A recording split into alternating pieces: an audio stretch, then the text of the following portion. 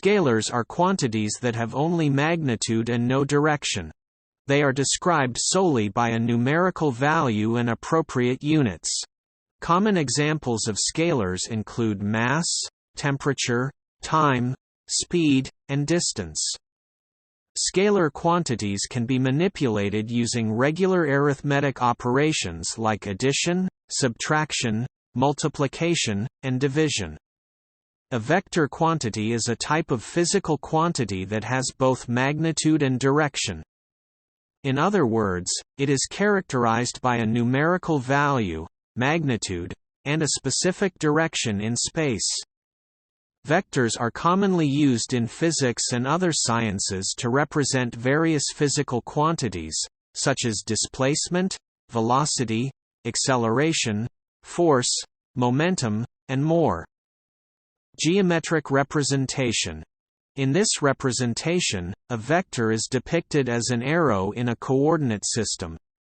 The length of the arrow represents the magnitude of the vector, and the direction of the arrow indicates the direction of the vector. In printed text, vector is denoted by boldface letter with or without arrow, while in written work, vector is denoted by drawing an arrow above the letter.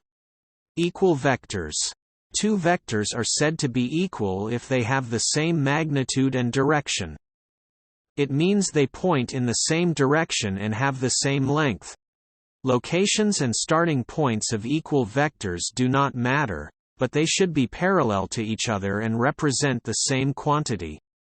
Null vector or zero vector. The null vector, also known as the zero vector, is a vector of length 0. It has no direction. Negative vector. The negative of a vector is a vector that has the same magnitude but the opposite direction. Unit vector. A unit vector is a vector that has a magnitude of 1. It represents only the direction and not the length of a vector. A unit vector is denoted by putting a hat symbol above the vector variable. Unit vector can be calculated by dividing each component of V by its magnitude modulus V. In a three-dimensional Cartesian coordinate system, a unit vector is typically represented as I, j, k, where I, j, and k are the components along the x, y, and z axes, respectively. Vector addition. Let a object displaced 1 meter along x-axis, and from there 1 meter parallel to y-axis. Here the total displacement is square root 2, as it is the shortest distance. Triangle law of vector addition. When you have two vectors A and B, you can add them together by placing the tail of vector B at the head of vector A in such a way that they form two sides of a triangle. The sum of the two vectors, denoted as A plus B, is then represented by the vector drawn from the tail of vector A to the head of vector B, completing the triangle. Parallelogram law of vector addition.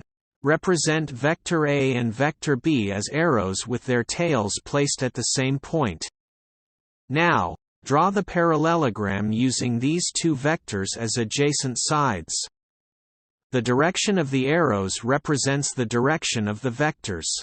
The resultant vector, which is the vector sum of A and B, is represented by the diagonal of the parallelogram that starts from the same point as the two vectors' tails.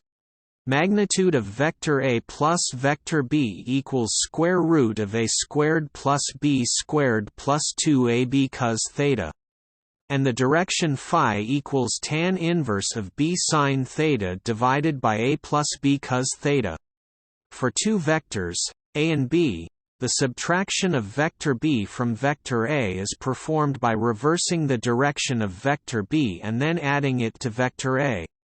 This can also be as the same as adding the negative of vector B to vector A. Resolution of vector. Vector A can resolve as x component, A cos theta, and y component, A sin theta.